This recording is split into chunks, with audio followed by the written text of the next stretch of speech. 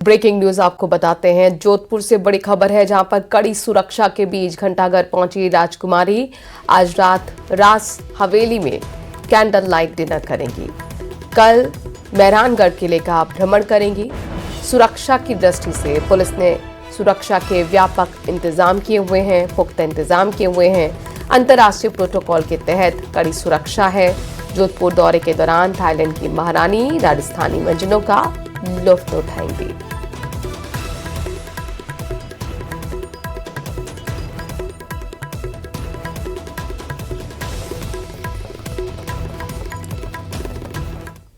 12 से बड़ी खबर आपको बताते हैं। कल पूरा 12 शहर बंद का आह्वान किया गया है।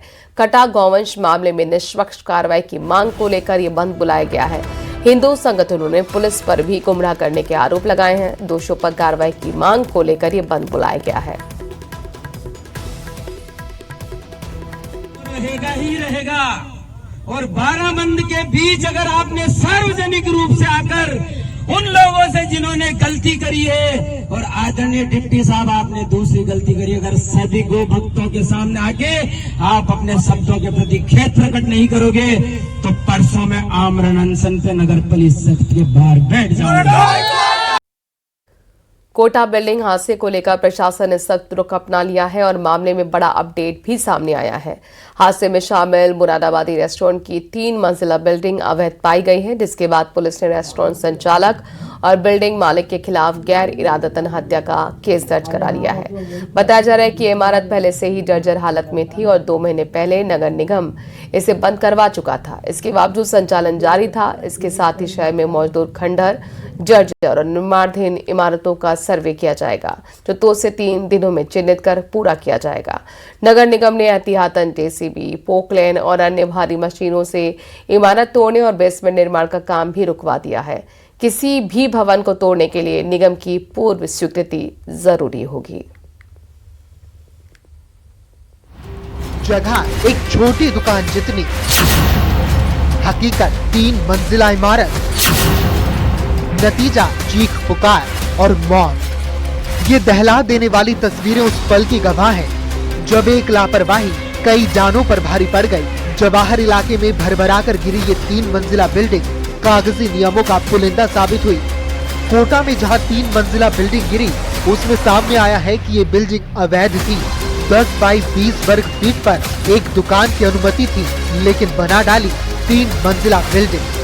सिर्फ 10 बाई 20 की एक दुकान को जो है वो अनुमति मिली हुई थी, बाकी पूरी की पूरी बिल्डिंग जो है वो अवैध तरीके से बनी हुई थी। इसको लेकर के किसी भी तरह से निगम की तरफ से कोई परमिशन जो है वो नहीं दी गई थी। और फिलहाल ये देख सकते हैं कि ये अवैध बिल्डिंग गिरी, जिसमें पूरे के पूरे नियमों का यहाँ पर उल्लंघन किया हुआ था। एक दुकान की अनुमति थी, निगम ने गिरे जो ये रेस्टोरेंट गिरा है उसमें कॉमर्शियल रेगुलाइजेशन का आवेदन किया था और उसे कुछ दिन पहले ही जो है वो खारिज निगम की तरफ से कर दिया गया था। इससे भी चौंकाने वाली बात है कि पड़ोस की बिल्डिंग को डिसमेंटल करने का काम चल रहा था। पड़ोस की बिल्डिंग को जेसीबी और हैमर से तोड़ा जा रहा था। आसपास के मकानों में दरारें और कंपन होने लगी थी। 4 फरवरी को ड्रिल हैमर खुदाई से जबरदस्त वाइब्रेशन हुई। रेस्टोरेंट की बिल्डिंग में दरारें आने लगी और धीरे धीरे कमजोर होती नींव 7 फरवरी की रात ढह गई। बिना लोड बेयरिंग सर्टिफिकेट के बनी इस इमारत का ढहना आंखें खोल देने वाला है। आंखें प्रशासन की, जिसने तमाम शिकायतों और समस्याओं को नजरअंदाज किया। कहीं ना कहीं नेग्लिजेंसी रही, जिस वजह से ये पूरा की पूरा हादसा पेश आया, क्योंकि लगातार हैमर ड्रिलिंग जो है वो लगातार यहाँ पर की जा रही थी, लगातार चल रही थी और उसकी वजह से बिल्डिंग में वाइब्रेशन आया, बिल्डिंग में दरारें आने लगी और ये इसको लेकर के शिकायतें भी समय रहते की गई थी, लेकिन जो है वो समय रहते इस पर रोक नहीं लगाई गई।